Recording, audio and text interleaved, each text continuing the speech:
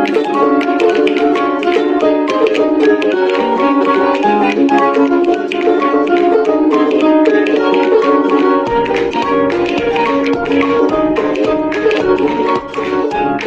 Friends, केम छो?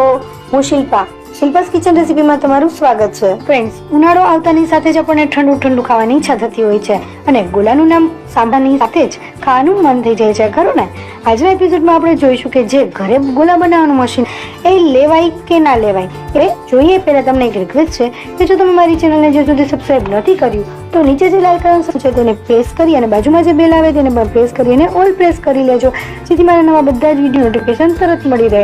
આ બિલકુલ ફ્રી છે અને હું હંમેશા આવા નવા ઇન્ફોર્મેટિવ વિડીયો લાવતી રહું છું. અને જો તમારું સબસ્ક્રાઇબ ગ્રે કલરનું છે તો તમે પહેલેથી જ સબસ્ક્રાઇબ કરેલું છે, બીજી વખત કરવાનું નથી. હવે ફ્રેન્ડ્સ, આપણે જોઈએ કે આ જે ગોલાનું મશીન છે એ લેવાય કે ના લેવાય, કેવું આવે છે. આપણને ઘણી વખત થતું હોય છે લેવું હોય તોય આપણને એવું થઈ છે કે આપણે લેશું તો સારું આવશે કે નહીં આવે, કેવો ગોલો બનશે, સારો બનશે કે નહીં બને. તો આપણે આ મશીન એક વખત જોઈ લઈએ. અને આમ પણ આપણે બહારની વસ્તુ ખાવા કરતાં આપણે ઘરની વસ્તુ ખાવાનું વધારે પ્રિફર કરતા હોઈએ છીએ, એટલે એક વખત આપણે જોઈ લઈએ. છેલ્લે સુધી વિડીયો જોજો, ખૂબ જ સરસ તમને ઇન્ફોર્મેશન મળશે કે આ લેવાય કે ના લેવાય. હવે આની અંદર આ રીતે પ્લાસ્ટિકનું બાઉલ પણ આવે છે. આ મશીન છે.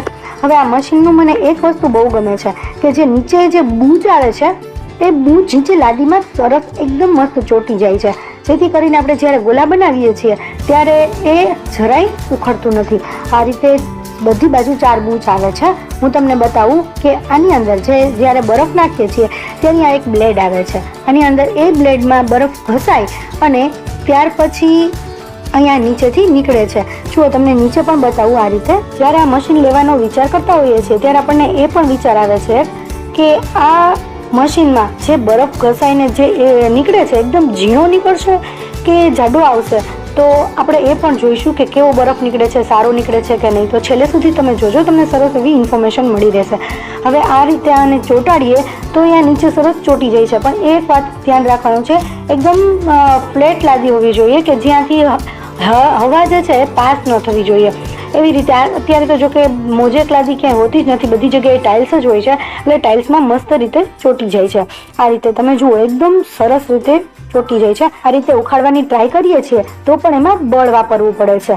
આ એની ફેસિલિટી ખૂબ જ સરસ છે. પણ આપણે આ ફેસિલિટી કરતાં ગોલો કેવો બને છે એ જોવાનું છે, તો એ પણ આપણે જોઈશું. ત્યાર પછી આપણે એનો બીજો પાર્ટ પણ જોઈ લઈએ. ફ્રેન્ડ્સ, આ રીતે એમાં બાઉલ આવે છે. નાના નાના 3 બાઉલ આવે છે. અત્યારે હું તમને અત્યારે એક બતાવું છું કેવી રીતે. જો આ બાઉલમાં જે છે નીચેની સાઈડ નાનું જે છે અને ઉપર થોડું પોળું આવશે, એ રીતના બાઉલ છે. એમાં જ તમારે બરફ જમાવાનો છે. હવે આ જે પ્યાલી છે એમાં આપણે જે નોર્મલી ગોલા ખાઈએ છીએ ને પ્યાલીવાળા, એ ગોલા બનાવવા માટેનું છે. ત્યાર પછી આ સ્ટીક છે. જે પ્યાલીવાળા જો ગોલા બનાવવા હોય તો એની અંદર જે સ્ટીક ભરાવેલી આવે છે એ આવી સ્ટીક આવે છે. આવી 6 સ્ટીક આવે છે. એક પ્યાલી આવે છે અને આ જે છે એ એનું સાધન છે કે જે કંઈ ખોલવા માટેનું હશે, પણ મને તો બહુ આઈડિયા નથી. અને પાનું કહેવાય, એ રીતનું આવું આવે છે. પણ આ તો આપણે અત્યારે ગોલા બનાવવા માટે કંઈ ઉપયોગમાં નથી. આ તો આવે છે એટલે હું તમને બતાવી દઉં છું. હવે ફ્રેન્ડ્સ, મેં આ રીતે 2 બાઉલમાં બરફ જમાવેલા છે. બરફને જમાવી લીધા છે એકદમ સરસ રીતે. હવે આમાં જ કેમ બરફ જમાવાના, આપણા ઘરના વાટકામાં ન ચાલે, એનો જવાબ પણ તમને આગળ મળી જશે. એ પણ આપણે આગળ જોઈ લઈશું. હવે આપણે એ જોઈ લઈએ કે બરફ આસાનીથી નીકળી જશે કે બહુ વાર લાગશે. જુઓ તમે, આ રીતે આરામથી નીકળી જાય છે બરફ. પણ ફ્રેન્ડ્સ, જો નીચે સહેજ થોડું એવું બરફનું ઉપસી ગયો છે, એવી રીતે બરફ બન્યો છે. આ રીતે થોડો બરફ બનશે જ. તો આપણે હવે એ પણ જોઈ લઈએ કે મશીનમાં આપણે જે બરફ છે એ નાખતાની સાથે ગોલો કેવો બને છે. આ રીતે એકદમ સરસ ચોંટાડી દેવાનું, મૂકતાની સાથે જ ચોંટી જશે. હવે ફ્રેન્ડ્સ, આની અંદર આ રીતનું એક પાર્ટ આવે છે. હવે એ શું કામ આવે છે એ જોઈ લઈએ આપણે. તમે જુઓ, આમાં એક સાઈડ સેજ નાનું હશે અને એક સાઈડ થોડું એવું મોટું હશે, નોર્મલી મોટું.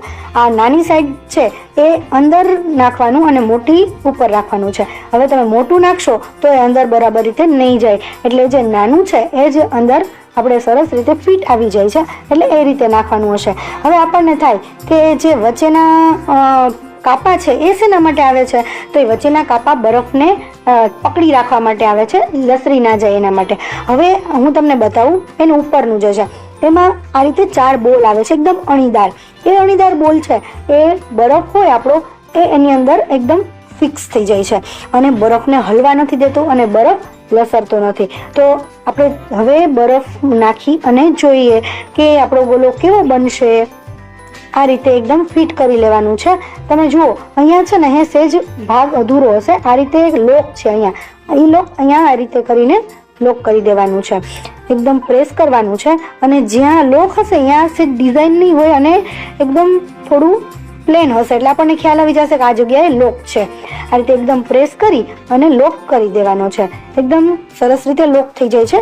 થોડું એવું વધારે આપણે પ્રેસ કરવું પડે છે પરંતુ લોક આસાનીથી થઈ જાય છે. અને ફ્રેન્ડ્સ હવે આપણે જોઈએ કે ગોલો કેવો બને છે. તો આપણે થોડો ફેરવીએ તો ફ્રેન્ડ્સ આપણે જોયું હતું કે બરફમાં સહેજ બરફ ઉપસેલો હતો. તો એટલો બરફ છે ને જ્યારે બરફ નાખીએ છીએ ત્યારે એટલો બરફ કાઢી નાખવાનો, કારણ કે થોડો મોટો આવશે. આપણે જ્યારે ગોલાવાળા પાસે પણ જોઈએ છીએ ને ત્યારે પણ એ લોકો જ્યારે બરફની પ્લેટ મૂકે છે ત્યારે એ બરફ થોડો કાઢી નાખે છે. તમે જોયું હોય તો, નહીં તો તમે જોઈ લેજો. હવેનો જે બરફ છે એ એકદમ ઝીણો અને મસ્ત નીકળે છે. તમે જુઓ હવે આ રીતે થોડું એ સાઈડ થઈ ગયું છે અને નીચે આપણે ફેરવી લેવાની આપણી જે પણ ડીશ રાખી હોય. હવે ફેરવતું જવાનું અને ગોલો બનાવતું જવાનું. હવે તમે જુઓ આ બરફ એકદમ સરસ ઝીણો આવે છે. આપણે બહારનો જે ગોલો લઈએ છીએ એના જેવો જ બરફ આવે છે. સહેજ નોર્મલી એવો જાડો હશે પણ વધારે પડતો બહારનું ખાવા કરતાં આપણને આ ગોલો સારો બને છે. પરંતુ છેલ્લે સુધી જોજો કે આનો કોઈ અનબેનિફિટ એટલે કે કોઈ ગેરલાભ છે કે નથી. હવે આપણે જોઈએ આગળ. તમે જુઓ બરફ તો આપણો સરસ થઈ જાય છે. હવે એ ખાસ ધ્યાન રાખવાનું છે કે જ્યારે બરફ કાઢતા હોય ઉપરનું જ્યારે ફેરવતા હોય ત્યારે એને એકદમ પ્રેસ નહીં આપવાનું, હળવા હાથે જ ફેરવવાનું. જો તમે પ્રેસ આપીને ફેરવશો તો તમારો બરફ એકદમ જાડો નીકળશે. એટલા માટે જરાય પ્રેસ આપવાનું નહીં. હવે હું તમને એક બીજું બતાવું. આ રીતે ખોલી અને નીચેનો જે બરફ છે એ થોડો એવો વધે છે. તમે જુઓ હવે અત્યારે આવી રીતે ઉપરનું જે કાઢી અને પછી જ આપણે બરફ કાઢી શકીએ. તમે જુઓ આટલી જે પ્લેટ છે બરફની એ થોડી એવી જાડી એવી રહી જાય છે. એટલે આ એક અનબેનિફિટ છે થોડો, કે બરફ થોડો જે છે આપણો વધી જાય છે. તમે જુઓ બરફમાં પણ જે ઉપરના બોલ હતા ને એના કાણા થઈ ગયા છે. એ બરફને જકડી રાખે છે. પરંતુ આટલો તો રહી જશે એટલે આપણે એ રીતે થોડું વધારે જ બરફ હોય છે. એટલે આમ તો નોર્મલી એક ગોલા જેટલું એમાં બની જતું હોય છે. હવે આ પ્યાલી છે એમાં આપણે ગોલો બનાવીને ચેક કરીએ કે ગોલો કેવો બને છે. આ રીતે એની સ્ટીક છે એ સ્ટીકને આપણે અંદર ભરાવી દઈશું. ફ્રેન્ડ્સ આ ગોલો જે છે આપણો ઘરનો ગોલો, નેચરલ ગોલો બને છે. પરંતુ જોઈએ કે જે બરફ છે એ કેવો જાડો રહે છે અને કેવો હોય છે. આમાં આરામથી આ તો નીકળી ગયું. હવે એની ઉપર આપણે સિરપ નાખીએ. ફ્રેન્ડ્સ આ ગુલાબનું સિરપ જે છે એ મેં ઘરે બનાવેલું છે. ગુલાબનું સિરપ મને બહુ ભાવે છે એટલે હું ગુલાબનો ગોલો બનાવું છું. હવે ફ્રેન્ડ્સ આ ગુલાબનું જે સિરપ છે એ તમારે જોવું હોય તો તમને લાસ્ટમાં વિડીયો પૂરો થાય ત્યાં તમને એની રેસીપી મળી જશે. અને આ સિરપ છે તમે ગોલામાં કે શરબતમાં કે દૂધ કોલ્ડ્રિંક્સમાં ગમે તેમાં તમે એનો યુઝ કરી શકો છો.